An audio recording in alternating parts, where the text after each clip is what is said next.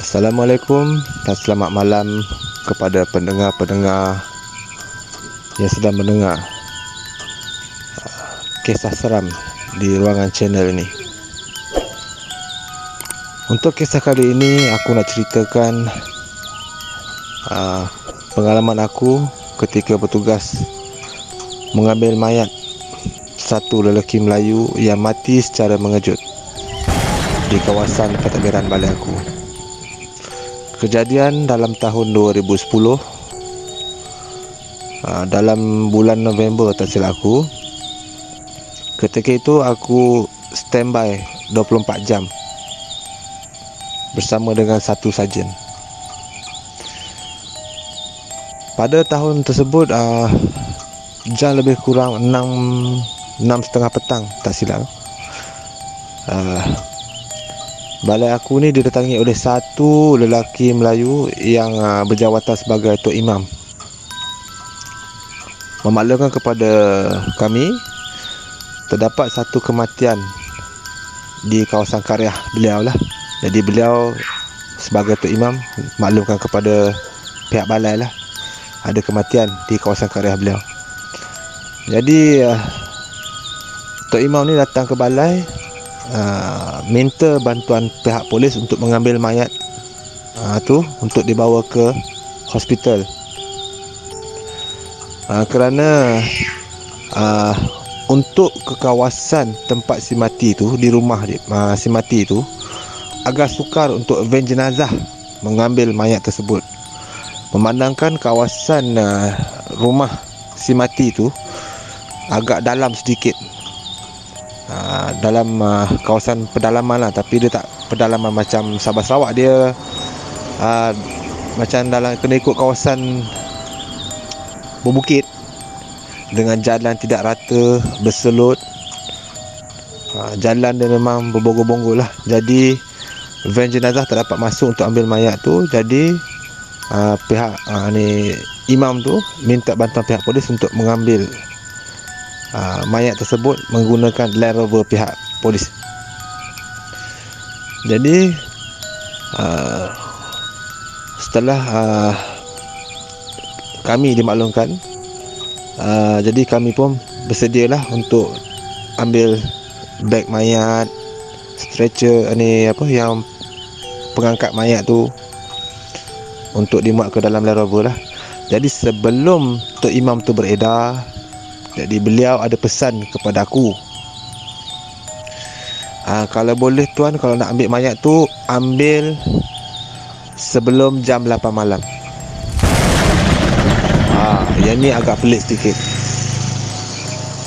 Wallahi ini bukan aku nak bohong, ini bukan aku nak menekuk nak baca cerita. Inilah yang dimaklumkan oleh imam tersebut kepada aku dan juga anggota yang bertugas di balai aku lah. Maklumkan kalau nak ambil mayat tu ambil sebelum jam 8 malam. Jadi beliau, Tok Imam tu, tak beritahu apa sebab. Jadi rasanya kami ni dah faham lah apa yang dimaksudkan oleh Tok Imam tersebut. Sebab apa, dia, Tok Imam tu dah beritahu sebelum tu yang mati tu adalah seorang pengamal perubatan ataupun famous lah, dia dianggap sebagai Tok Bomo lah dekat situ. Jadi kami memang tahu jalan tu. Okey, kami memang ada dengar kisah dia lah. Jadi kisah apa yang berlaku pada apa yang berlaku pada si mati tu tak perlulah aku ceritakan. Jadi untuk tidak mengaibkan ataupun takut jatuh fitnah ke apa, jadi aku tak mau cerita bab lanjut tentang kisah perubatan apa yang dilakukan oleh si mati lah. Jadi setelah itu, setelah kami dimaklumkan supaya mengambil mayat tu sebelum jam 8 malam, jadi aku pun faham dan beritahu dekat Tok Imam tu, okey tak apa, nanti kami akan menyusul dan kami akan sampai ke sana lah. Jadi setelah Tok Imam tu beredar, aku pun hubungilah sarjan aku. Sebab masa tu aku standby 24 jam bersama dengan satu sarjan standby 24 jam juga. Jadi penugasan standby ni, jika ada apa-apa berlaku lah, macam kematian apa, ini salah satu penugasan yang kami kena hadap lah. Jadi ketika itu sarjan aku tak ada di balai. Sarjan aku ketika itu dia pun ada menguruskan satu kes selisih faham. Jadi untuk pergi ke tempat kematian tu, aku dengan sarjan kena pergi untuk pergi dan bersama untuk mengambil mayat tersebut lah, untuk dibawa ke hospital. Jadi aku telefon sarjan tu, sarjan yang bertugas sekali dengan aku, sarjan tu kata dia belum selesai lagi kes yang dia sedang ambil tu, kes selisih faham tu lah. Jadi aku beritahu kata, sarjan, kita kena ambil mayat ni sarjan, ada satu kematian mengejut ni berlaku dekat sekian. Jadi sarjan tu pun, oh iya ke, okey tak apa. Dia cuba untuk nak cepatkan lah kes yang dia sedang selesaikan tu. Jadi tunggu. Memang dah dekat pukul 8 malam, tak ada lagi. Jadi lebih kurang 8.20 malam baru sarjan tu datang balai. Jadi sarjan pun okey bis, semua dah siap. Semua dah siap tu maknanya pengangkat mayat tu, body bag ataupun beg mayat, semua aku dah standby dalam tu dengan sarung tangan, dengan pelitup muka pun semua. Jadi bila dah siap apa semua, memang dah gelap dah lah. Untuk makluman, kawasan yang nak ke rumah si mati tu memang gelap, tak ada lampu. Lebih kurang macam kawasan Kebun Getah lah. Kena lalu, kena naik apa semua ni, naik macam naik bukit tu. Memang bergoyang kiri kanan jalan. Memang patutlah, memang van jenazah tu tak boleh nak ambil. Jadi van jenazah tu hanya standby di bawah saja, di tepi jalan utama. Jadi kami yang terpaksa naik ke atas tu. Jadi bila dah tu kami naik apa semua, diringkaskan, kami pun dah sampai ke atas. Memang agak dalam sedikit lah. Jadi untuk ringkaskan cerita, telah ambil apa semua mayat tu. Jadi semasa kami sampai ke rumah si mati tu, memang lain suasana dia, dengan kawasan dia, dengan frame gambar, dengan gambar si mati tu, pakaian dan dengan keris dia dalam gambar tu lah. Bukan macam tu lah. Jadi agak macam selain macam lah, dengan ada gambar Wali Songo, dengan apa semualah kan. Okey, setelah tu bila dah habis apa semua, bila kami menuruni tu, bayangkan semasa nak bawa turun si mati tu kan atas Land Rover. Jadi Tok Imam tu dah standby dekat atas tu, dekat si rumah si mati tu kan. Tok Imam tu beritahu, Tok Imam tu kata dekat anak si mati tu, jomlah kalau tak payah naik motor lah, naik sekali dengan polis kat belakang Land Rover ni, duduk sekali dengan mayat ni tuan. Yang peliknya, anak dia pun tak mau duduk kat belakang Land Rover bersama dengan mayat tu. Anak sendiri, anak kandung pun tak mau duduk. Dia duduk kata, tak apa Tok Imam, saya naik motor je lah, saya turun, saya naik motor je lah. Pelik, kenapa naik motor kan? Berani pula dia naik motor dalam gelap-gelap tu. Tapi memang kat mana pun dia naik motor kan, memang itu rumah dia kan. Tapi dia memang boleh turun dengan motor pelan-pelan lah. Tapi masalahnya dia tak mau duduk sekali dengan kami bersama dengan mayat tu dekat belakang Land Rover. Berkali-kali Tok Imam kata, tak apa, teman ayah tu, tak pergi sampai nanti, tak apa, nanti kami ambil lah. Tak apa Tok Imam, saya naik motor. Dia cuma berkali-kali tak mau. Jadi dalam hati aku pun memang cakap, aduh, macam ni ya punya anak ni, mayat ayah sendiri pun tak mau. Tak apalah kan, itu tak apalah, itu antara dia dengan Allah lah, apalah kan. Okey, jadi nak cerita, kami pun dah hantar apa semua, dah turun apa semua sampai ke bawah. Jadi kami pun mayat tu kami pun pasang. Jadi kami tak beritahu dekat Tok Imam dekat yang van jenazah standby tu, okey kami dah bawa mayat ni, okey kami pun pindahkan mayat tu ke van jenazah. Tapi kami kena ikut sekali. Sebab apa? Kalau ikut tu jadi dah kes tu, tapi dah kena bawa juga kan, kena ikut sekali sampai ke hospital. Jadi setelah mayat tu diturunkan apa semua kan, Sebab apa? Si mati pun mati mengejut. Rupa-rupanya kan, hanya anak dia saja yang merahsiakan penyakit ayahnya. Ayahnya tu ada penyakit kanser usus. Mak dia pun tak tahu. Ni isteri saya mati pun tak tahu. Dia ada rekod. Sampai di bilik mayat tu, bila coroner tanya apa punca sakit apa semua, baru dah dia. Sampai mak dia pun, isteri saya mati pun macam marah lah dekat si anak ni. Kenapa tak beritahu, kata ayah ada kanser apa semua, sakit kanser usus. Rupanya memang usus tu memang dah pecah apa kan. Memanglah ni dah. Jadi bila dah ni apa semua, jadi tak apalah. Jadi kami serahkan pada dia. Memang kalau bila dah ada punca kematian, ada rekod mana, memang ni lah, kita akan kemaskini laporan tersebut ke balai. Dan dianggap kes tu punca kematian bukan bukan sebab ada unsur jenayah, tapi punca sebab kerana dia memang ada sakit kanser lah. Jadi untuk dia cerita seperti tu, aku pun balik ke balai apa semua. Ni apa semua. Lepas tu balik rumah kejap. Balik rumah kejap apa semua. Jadi pada ketika itu aku duduk dekat rumah aku. Pada itu aku duduk dalam kuartus dalam balai tersebut. Aku duduk dalam kuartus dalam balai tersebut. Kuartus agak lama lah. Balai, untuk malam balai aku ni lebih kurang dalam tahun 70. Lama, tahun 70-an, 75 ke 74, 76 macam tu. Balai aku dibina. Jadi kuartus aku lama lah kan. Bilik 2 je, kecil je. Jadi untuk diringkaskan, masa aku jadi aku standby. Jadi aku pun, kalau jadi saja aku beritahu, tak apa bis, kau balik dulu. Apa-apa nanti, kalau apa-apa nanti aku telefon lah. Okey, sebab apa saja aku tak balik, dia duduk dalam balai lah kan. Jadi aku balik rumah aku memang buka pintu memang dah nak balai lah.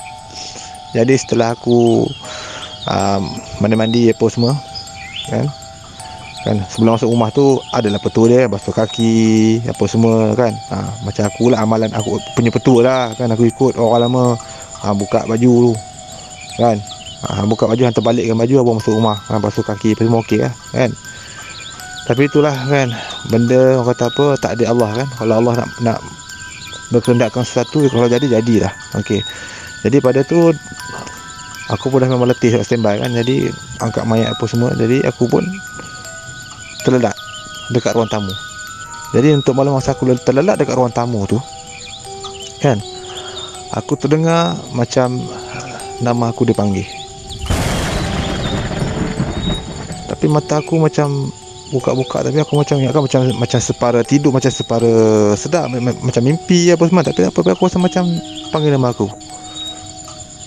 Panggil nama aku agak slow, macam jauh tapi dekat, tapi jauh macam tu. Tak apalah, aku pun macam dah letih kan. Aku peduli apa kan, panggil apa, aku dengar kan bunyi kat luar kuartus aku kan. Tapi tak ada ketuk pintu pun kan. Biasa kalau datang orang panggil aku ni, ketuk pintu. Jadi tak ada pun ketuk pintu. Tak apa lah, aku pun sambung tidur kan. Maksudnya aku buka lampu dapur je kan. Ruang tamu tu aku tutup lah lampu tu. Aku nak tidur dalam bilik pun malas. Aku sebab pasal apa, kalau aku tidur dalam bilik sekarang, kalau orang panggil aku tak dengar pula kan. Sebab aku dalam standby, aku tidur kat ruang tamu lah. Jadi bila aku nak lelap apa semua tu kan, lepas tu aku rasa macam kan, macam kaki aku ni macam orang geletik kaki aku. Aku cakap, ya Allah, apa hal ni? Aku ingatkan macam semut ke, ataupun macam tikus ke apa kan. Apa lagi, aku buat bodoh lah. Lepas tu tak lama tu, bila aku nak tidur, aku rasa macam aku dah tidur. Lepas tu aku rasa macam badan aku tak ada bergerak. Macam kena tindih. Bila dah macam kena tindih tu kan, memang tak ada bergerak lah. Siapa-siapa yang ada pengalaman kena tindih tu macam tu lah. Memang tak ada bergerak apa kan. Memang aku semua macam keras. Lepas tu mata aku macam terbuka sedikit. Macam aku terbuka sedikit kan. Nampak macam sosok lah. Nak kata macam sosok hitam tak hitam macam tu lah kan. Lepas aku macam, tapi macam tak ada buat apa, tapi hati memang berdebar. Lepas tu mata aku, bila aku dah pejam balik, mata aku macam tak ada buka. Mata pun korang bayangkan mata aku pun tak ada buka. Allahu Akbar, mata pun tak ada buka. Aku pun, ya Allah, memang kena tindih ya, kan. Sekolah-sekolah sebelum ni memang masa aku sebelum masuk polis pun memang kena tindih apa semua. Tapi yang ni kita dengar letih, orang kata biasalah letih ke apa kan. Tapi kita tak tahu kan, masa aku nak pejam, aku dah mata tak ada buka tu kan. Lepas tu aku rasa macam perut aku ni macam ada orang duduk. Memang boleh rasa dia punya buntut tu, punggung tu boleh rasa atas perut aku tu. Jadi untuk aku pun automatik mulut aku dia boleh kunci kan, badan aku dia boleh kunci. Tapi teringatlah kok mana pun arwah atuk aku lah kan, dia banyak mengajar aku lah bab ni. Dia kata mulut kita dia boleh kunci, apa semua dia boleh kunci badan kita, tapi hati kita dia tak boleh kunci. Jadi dalam hati aku baca ayat 1000 dinar, ayat 1000 dinar kan. Jadi bila aku dah lepas baca ayat 1000 dinar kan, aku baca tu tak sampai kan, tak sampai setengah kot. Jadi benda tu terus bangun. Memang dapat rasa buntut dia, punggung dia boleh rasa dekat perut aku ni. Memang tu aku baca ayat 1000 dinar kan, wa may yattaqillah yaj'al lahu makhraja wa yarzuqhu min haitsu la yahtasib wa may yatawakkal 'ala Allah fa huwa hasbuh. Dia terus bangun, boleh rasa. Lepas tu aku pun terus boleh bergerak badan aku terus.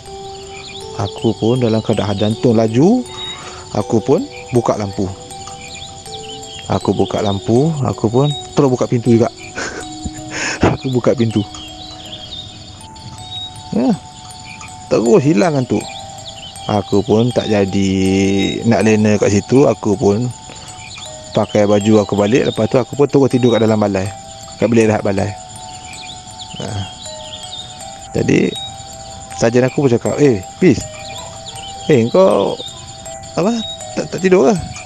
Cakap, tak apa lah cik, saya tidur kat ni panas lah, sini ada aircon. Aku tak betul sebab apa, aku malas nak cerita babak ni dekat orang. Tak perlu nak cerita dekat walai. Aku nampak hantu lah, kena tindih. Aku tak suka sangat benda tu. Jadi aku pun bagi alasan kat balai ada aircon. Jadi berak aku, kuartus aku tu memang kuartus lama tahun 70-an. Balai tu dengan kuartus berbeza, tahu lah, dengan bilik 2, ruang tamu kecil kan. Aku pun duduk seorang. Jadi aku pun tak apalah kan. Aku pun dah jadi macam tu. Aku duduk kat balai sampai aku habis pukul 8 pagi esok tu. Lepas tu aku pun start cari. Lepas daripada kejadian tu aku cari kuartus lain. Jadi untuk diringkaskan, aku pun duduklah di rumah aku yang di kuartus polis di tempat lain lah.